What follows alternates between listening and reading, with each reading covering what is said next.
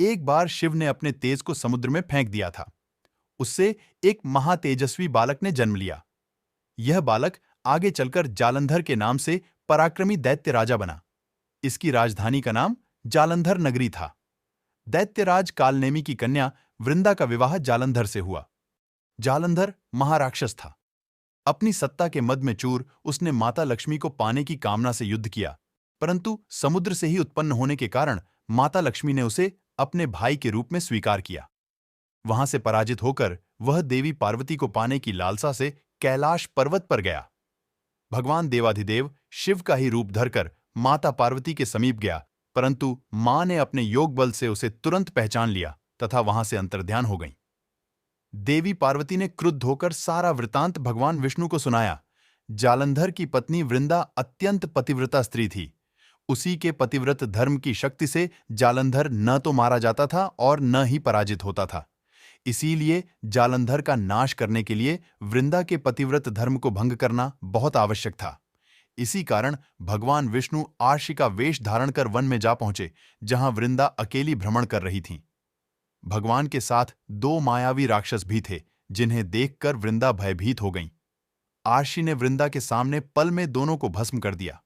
उनकी शक्ति देखकर वृंदा ने कैलाश पर्वत पर महादेव के साथ युद्ध कर रहे अपने पति जालंधर के बारे में पूछा।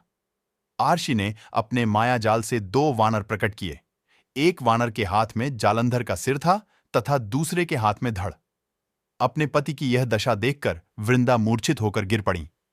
होश में आने पर उन्होंने आर्षि रूपी भगवान से विनती की कि वह उसके पति को जीवित करें। भगवान ने अपनी माया से पुनः जालंधर का सिर धड़ से जोड़ दिया, परंतु स्वयं भी वह उसी शरीर में प्रवेश कर गए। वृंदा को इस छल का तनिक भी आभास न हुआ। जालंधर बने भगवान के साथ वृंदा पतिव्रता का व्यवहार करने लगी, जिससे उसका सतीत्व भंग हो गया। ऐसा होते ही वृंदा का पति जालंधर युद्ध में हार गया। इस सारी लीला का जब वृंदा को पता चला तो उसने क्रुद्ध होकर भगवान विष्णु को हृदयहीन शिला होने का श्राप दे दिया। अपने भक्त के श्राप को भगवान विष्णु ने स्वीकार किया और शालिग्राम पत्थर बन गए। सृष्टि के पालनकर्ता के पत्थर बन जाने से ब्रह्मांड में असंतुलन की स्थिति हो गई। यह देखकर सभी देवी देवताओं ने वृंदा से प्रार्थना की, वह भगवान विष्णु को श्राप मुक्त कर दे। वृंदा ने भगवान विष्णु को श्राप मुक्त कर स्वयं आत्मदाह कर लिया। जहां वृंदा भस्म हुई वहां तुलसी का पौधा उगा। भगवान विष्णु ने वृंदा से कहा, हे वृंदा, तुम अपने सतीत्व के कारण मुझे लक्ष्मी से भी अधिक प्रिय हो गई हो। अब तुम तुलसी के रूप में सदा मेरे साथ रहोगी। तब से हर साल कार्तिक महीने के देव उठावनी एकादशी का दिन तुलसी विवाह के रूप में मनाया जाता है। जो मनुष्य भी मेरे शालिग्राम रूप के साथ तुलसी का विवाह करेगा, उसे इस लोक और परलोक में विपुल यश प्राप्त होगा। उसी दैत्य जालंधर की यह भूमि जलंधर नाम से विख्यात है। सती वृंदा का मंदिर मोहल्ला कोट किशनचंद में स्थित है।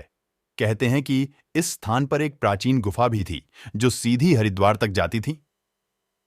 सच्चे मन से 40 दिन तक सती वृंदा देवी के मंदिर में पूजा करने से सभी मनोरथ पूर्ण होते हैं। जिस घर में तुलसी होती है, वहां यम के दूत भी असमय नहीं जा सकते। मृत्यु के समय जिसके प्राण मंजरी रहित तुलसी और गंगा जल मुख में रखकर निकल जाते हैं, वह पापों से मुक्त होकर वैकुंठ धाम को प्राप्त होता है। जो मनुष्य तुलसी व आंवलों की छाया में अपने पितरों का श्राद्ध करता है, उसके पितर मोक्ष को प्राप्त हो जाते हैं।